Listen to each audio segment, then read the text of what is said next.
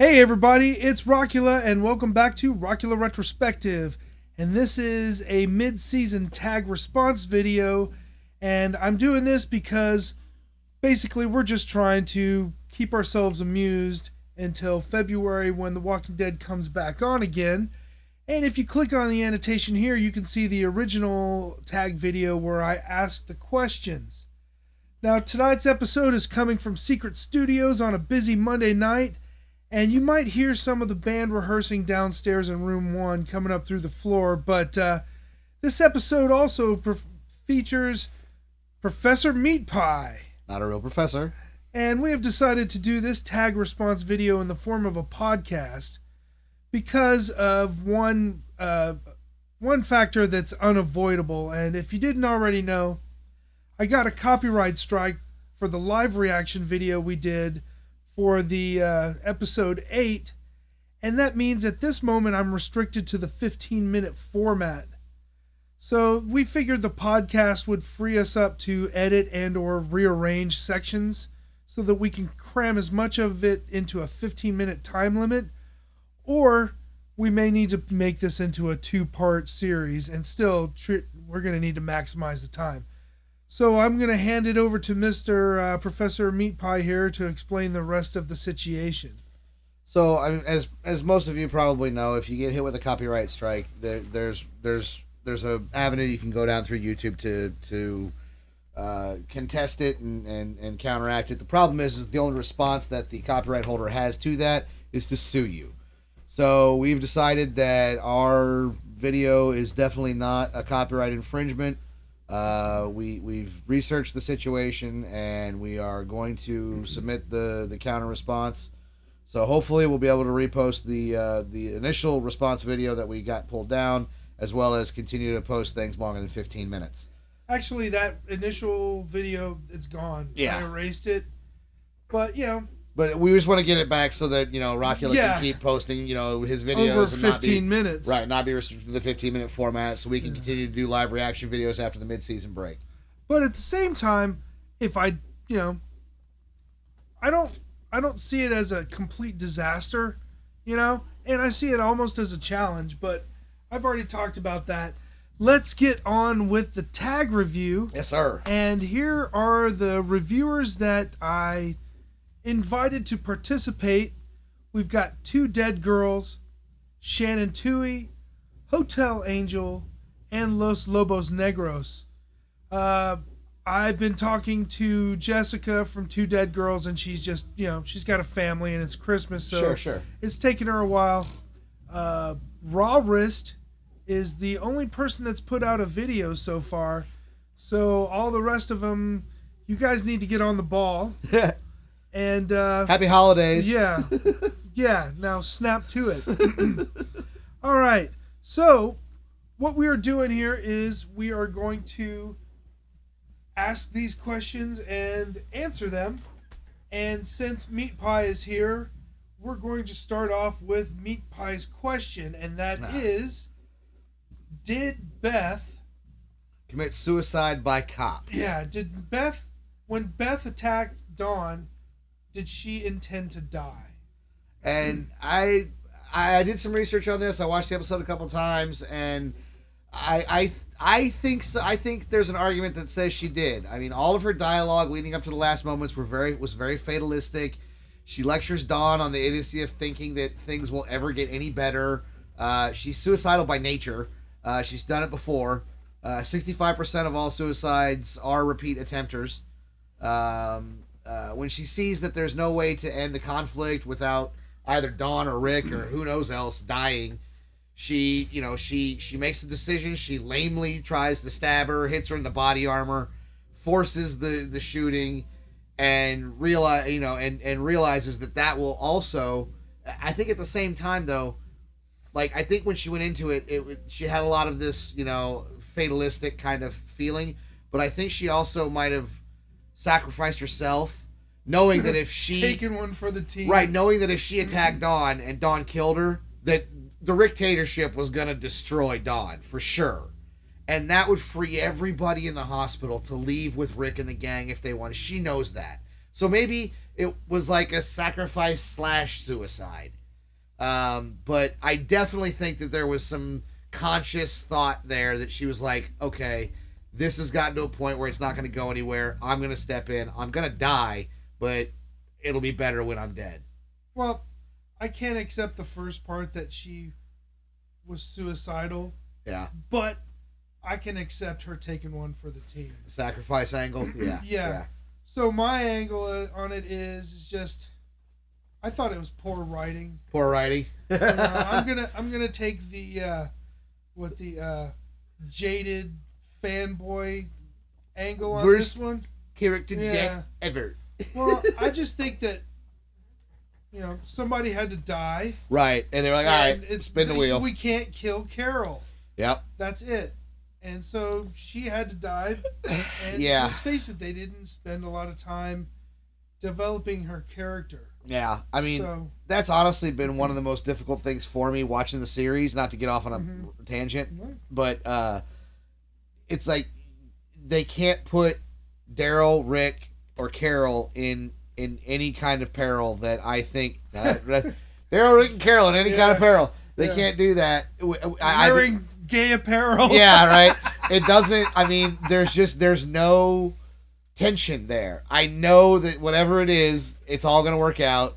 So maybe somebody's going to lose a finger or an eye or an arm or whatever, but it's going to work out. They're not going to kill Rick, Carol, or Daryl. And it's tough to get a good, suspense going with those three characters when they're not going to die. But yeah, all of that to say, they spun the wheel of who can we kill, and it landed on Beth. Yeah. Okay, well, second question here is, this is a two dead girls question, and the question is, if the hospital exchange had not gone wrong, would Rick's group have let Noah go?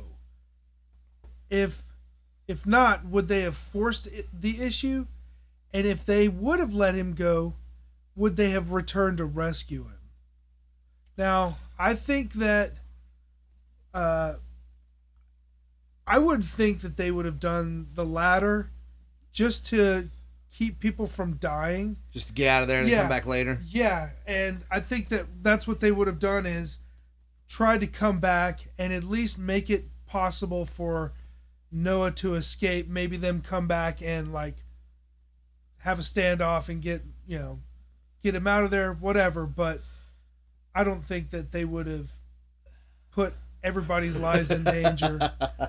So I have to disagree, man. I think what you're saying is what everybody in the group was thinking and would want to have done, but old Rick would have gone in guns a-blazing, and they would have had to back him up.